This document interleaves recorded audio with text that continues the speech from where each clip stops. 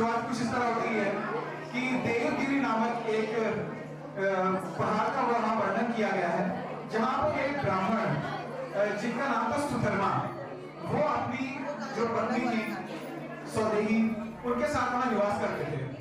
और वे ब्राह्मण बड़े ही ब्रह्मवेत्ता थे, वेदों का अध्ययन करते थे और वेदों को पढ़ाते भी थे।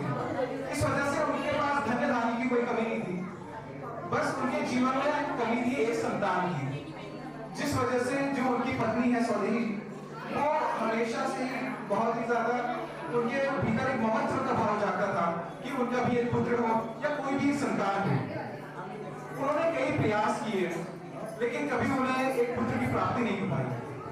और अंत में उनके मन में एक विचार आता है और वो अपने पति के पास जाके कहती है कि मुझे एक संतान चाहिए, जिसके लिए आप मेरी छोटी बहन घुष्मा से विवाह कर लीजिए। सुधर्मा ब्राह्मण उनकी बात को नकारते हैं और उन्हें समझाते हैं कि मैंने जीवन भर तुम्हारे साथ रहने की जो है क्षमता दी है, तो मैं किसी और से विवाह नहीं कर सकता। लेकिन वह पुत्र मोह में इतनी अंधी हो जाती है कि वह कहती है कि मुझे तो बस किसी भी कीमत पर संतान चाहिए, जो मेरी बहन के साथ आपकी संतान होगी वो भी मेरे ही पुत्र के समान होगी।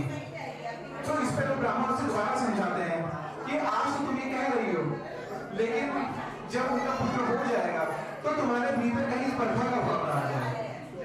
और वे फिर अपने पति को आश्वासन देती है कि ऐसा कुछ नहीं होगा, और यही समझाते हुए वे अपनी छोटी बहन घुष्मा से अपने पति का विवाह कर देते हैं। विवाह के उपरांत अपनी बड़ी बहन की आज्ञा पाकर घुष्मा हर रोज 101 पार्थिव शिवलिंगों का अभिषेक करती है और पूजा के बाद अपने घर के पास वाले तालाब में विसर्जित कर देती है। और इसी के फलस्वरूप कुछ समय बाद उन्हें एक बहुत ही सुंदर सुशील बालक की प्राप्ति होती है। कुछ समय उपरांत वो बालक जब बड़ा हो जाता है, युवावस्था में पहुंचता है, तो उसका वैदिक रीति रिवाजों से उसका विवाह होता है। लेकिन अब कुछ ऐसा हो चुका था कि ब्राह्मण की पहली पत्नी थी, उनके भीतर कुछ द्वेष की भावना आ जाती है। उन्हें लगता है कि मेरी बहन की एक संतान है और मेरी इतने सालों में कोई संतान नहीं हुई। और उस पुत्र के विवाह होने के उपरांत ये ईर्ष्या का भाव उनके अंदर बहुत ज्यादा बढ़ जाता है। और इसी ईर्ष्या के चलते एक रात उस पुत्र की सोते हुए वे छुरे से हत्या कर देती हैं और उनके शरीर के टुकड़े काटकर उसी तालाब में विसर्जित कर देती हैं, जहां पे घुष्मा देवी आखिर शिवलिंगों का विसर्जन करती है।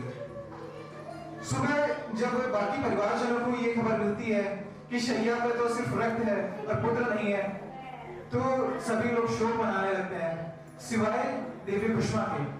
वे अपने निरंतर जो उनकी भोलेनाथ की पूजा करने की जो उनकी विधि थी, उसी में दोबारा कार्यलीन हो जाती हैं और दोबारा से पार्थिव लिंग बना के वापस उस सरोवर पर जाती हैं। और जैसे वो उस तालाब में पहुंचती हैं, वे देखती हैं कि उनका पुत्र वहां पर जीवित खड़ा है। उनका पुत्र उनके समीप आता है और उन्हें दर्शन देते हैं स्वयं भगवान भोले शंकर, और उनसे कहते हैं कि तुम इतने गहन जो तुम्हारा दुख था उसके बाद भी तुम विचलित नहीं हुई, इसलिए मैं तुमसे बहुत ज्यादा प्रसन्न हूं और तुम मुझसे कुछ वर मांगो। घुष्मा देवी उस पर भी बड़े खुशी के साथ उनसे बस यही वर मांगती हैं कि जिन लोगों ने कभी पाप नहीं किए हो, आप कुछ ऐसा करिए कि आप हमेशा उनके समक्ष रहें और आपके दर्शन से उनके वो पाप भी धुल जाए। इस पर भोले बाबा उन्हें वरदान देते हैं कि अब मैं तुम्हारे ही नाम से, यानी कि घुष्मेश्वर नाम से, इसी स्थान पर हमेशा हमेशा के लिए यहाँ पे वास करूंगा।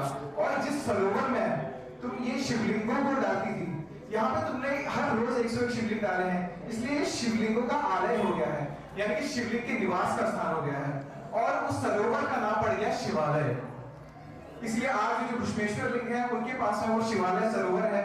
और ऐसा माना जाता है कि यदि आपसे कहीं त्रुटि हो गई हो या कोई अनजाने में या जाने में कोई पाप हो गया हो और आप जाके घुष्मेश्वर लिंग के दर्शन कर लें और उस सरोवर के दर्शन कर लें और उसमें स्नान कर लें, तो आप सभी पापों से मुक्त हो जाते हैं और अपने अभिष्ट मनोरथ को प्राप्त करते हैं। धन्यवाद।